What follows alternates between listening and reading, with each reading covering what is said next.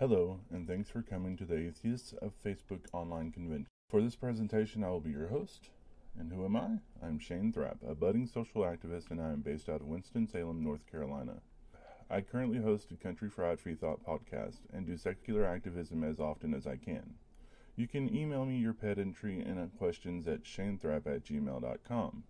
Because yes, I know I'm not going to be able to cover every facet of how misinformation spreads across social media and the internet. Because, well, it happens 1,000 different ways.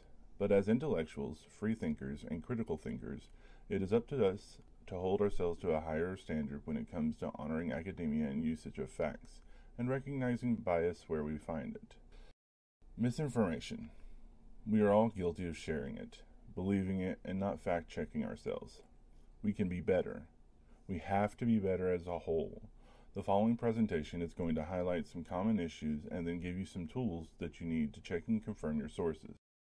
In our world of internet and information, anything from blogs, op-eds, satire that seems to be believable, and even our very own favorite news agencies seem to spread misinformation every day. Whether it is due to ignorance, humor, personal and/or corporate biases. We have to be cognizant of these biases and aware of the faults of our media outlets and information sources, and that's a shame. Since when has it been a good thing for this to happen? Why have we not held our news agencies to a higher standard? How is it that we take our comedians seriously and laugh at our politicians? Why is it okay for satire news to take it so seriously that many people can't tell a difference? With the rise of the internet, misinformation has run rampant. It is up to us to be better. It is up to those who care to debunk the anti-vaxxers, the climate deniers, and the creationists.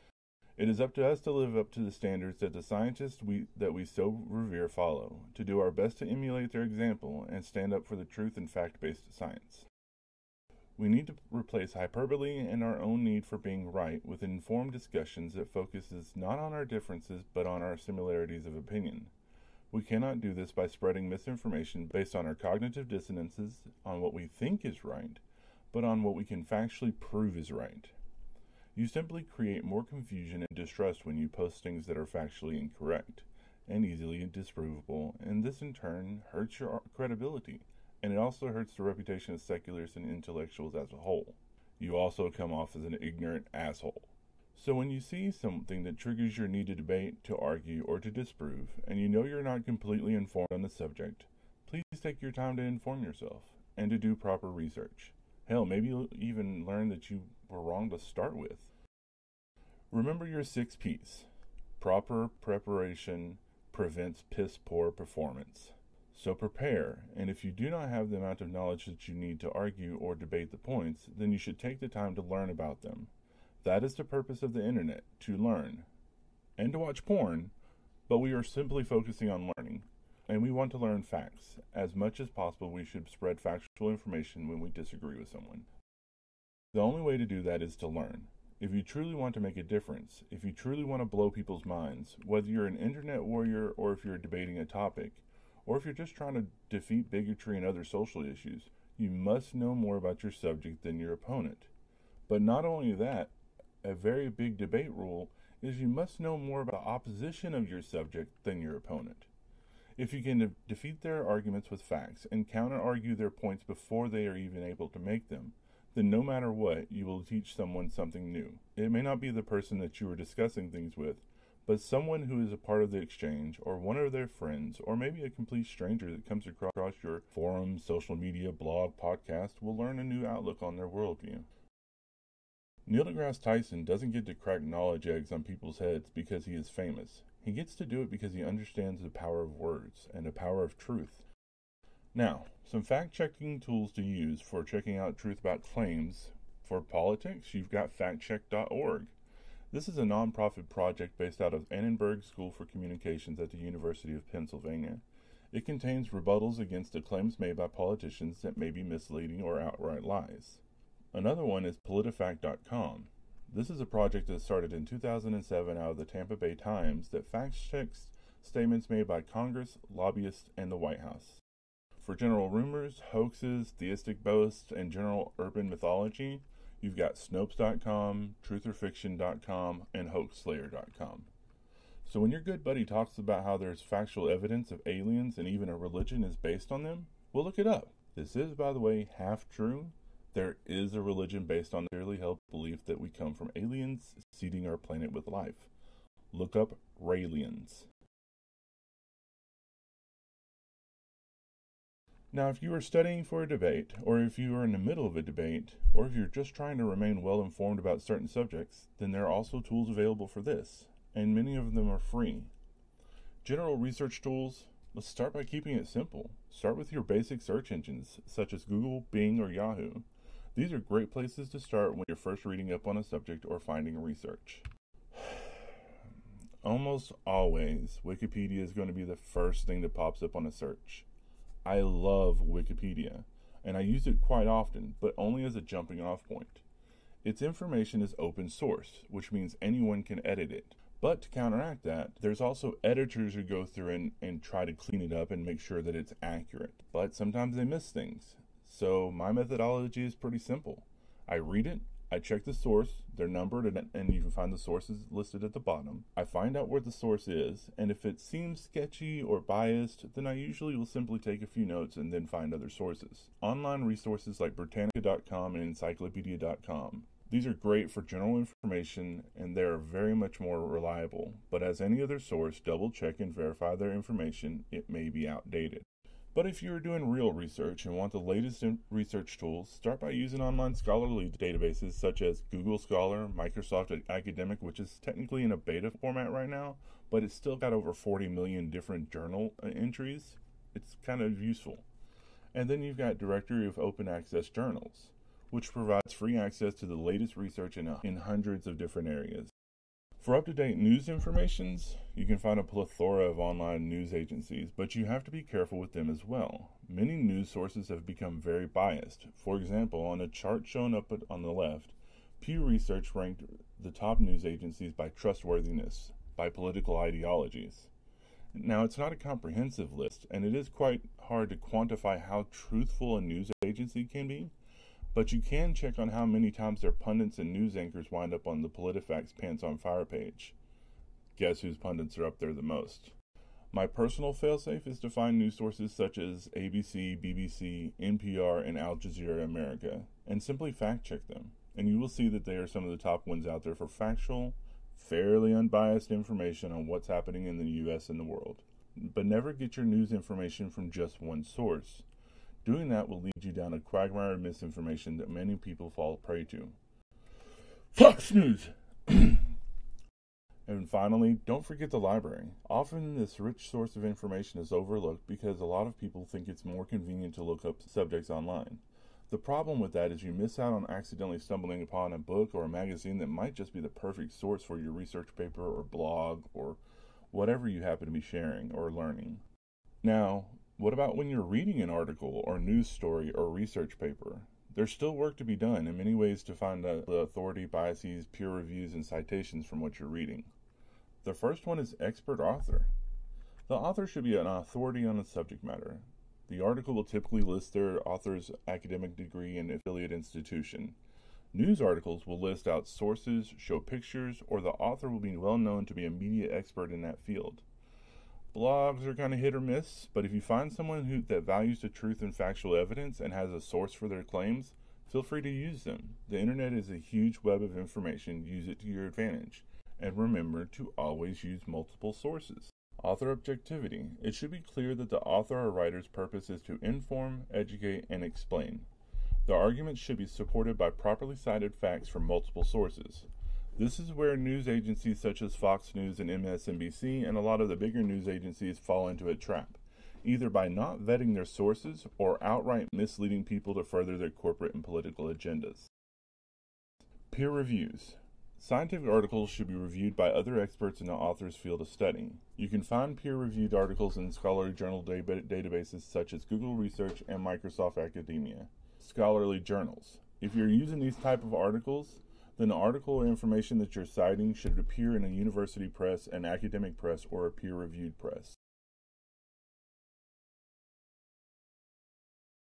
Now, high-quality content. This is kind of hard to tell sometimes. You never know. The author's materials should be clearly organized, though, and relevant to the topic at hand. And of course, the articles should be well written and free of grammatical errors and spelling errors. News articles should be free from grammar misuses as well. A clue that you're in no person's land is how much clickbait surrounds the article. The more clickbait, the more likely the article is BS. Some other clues.